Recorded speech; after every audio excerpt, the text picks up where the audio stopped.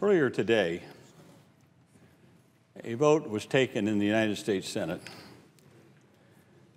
that to this senator marked about the lowest point that I think this Senate has descended into in my 30 years here.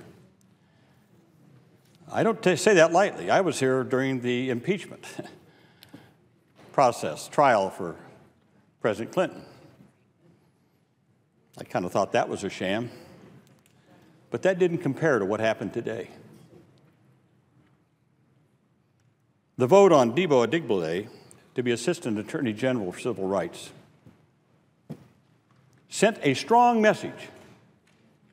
Here's the message we sent today. You young people, listen up. If you are a young white person and you go to work for a law firm, you're a lawyer, sworn into the bar, you go to work for a law firm, you're a young white person, and that law firm assigns you to a pro bono case to defend someone who killed 8 people in cold blood. And they assign you to defend that person. My advice from what happened today is you should do that. It's part of your legal obligation, part of your profession. Because if you do that, who knows? You might wind up to be the Chief Justice of the United States Supreme Court.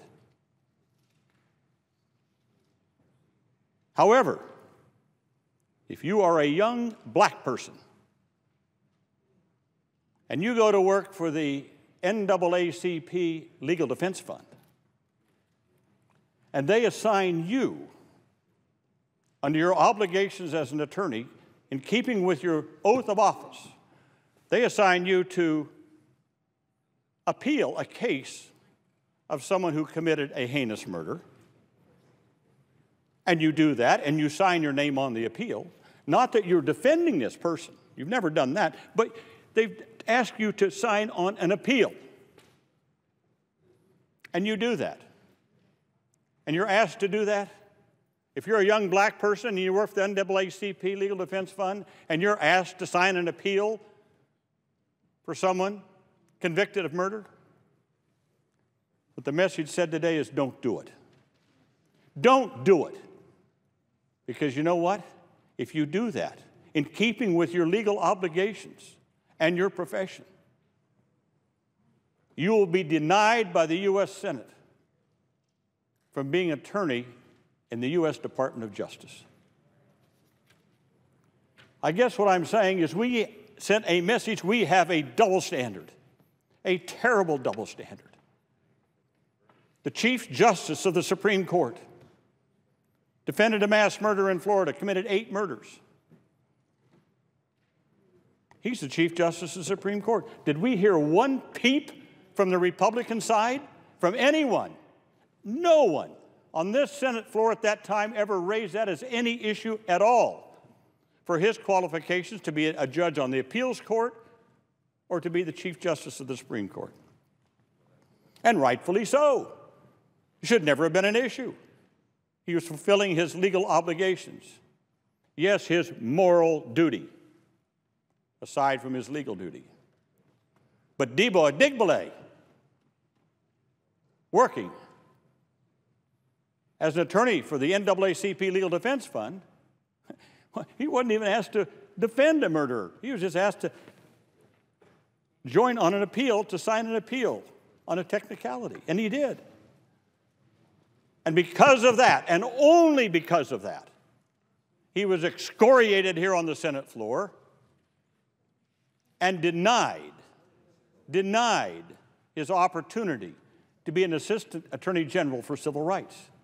Did anyone raise an issue of his qualifications? No. He's eminently qualified. But person after person spoke about the heinous murder that took place in Philadelphia, the murder of a police officer by a young black man who had bragged about it. A heinous crime, horrible crime.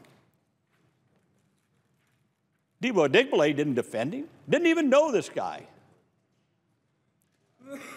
And yet I listened to the senator from Pennsylvania this morning, had a big poster here with a picture of the police officer and his wife on their wedding day, talking about how horrible a crime this was, how the murderer had bragged about it and all that terrible stuff.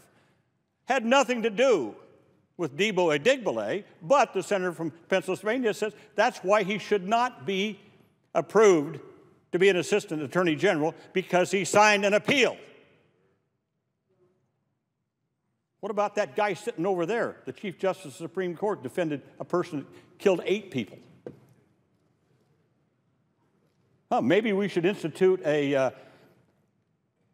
impeachment process. Maybe that's what we had to do. Maybe my friends on the Republican side did not know this about John Roberts, that he had defended a mass murderer. Maybe that's what we got to do. Bring up an impeachment process. Let's impeach the Chief Justice because he had fulfilled his legal obligation to defend a murderer. Well, I hope that you see the ridiculousness of that argument and how unfair it was for Debo Adegbile to be denied this, not on the basis of any qualifications. I've not heard one person say he's unqualified or that he's done something that would disqualify him. No. He did what he was supposed to do within his legal profession and denied. Shame. Shame on this Senate. Shame on every senator who claims to be a lawyer, who went to law school, raised their hand and sworn into the bar. Shame on every lawyer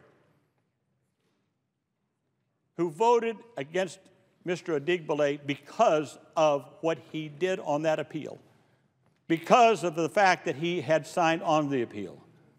Now, if somebody had some question about his qualifications, that he's totally unqualified for this, that's a different story.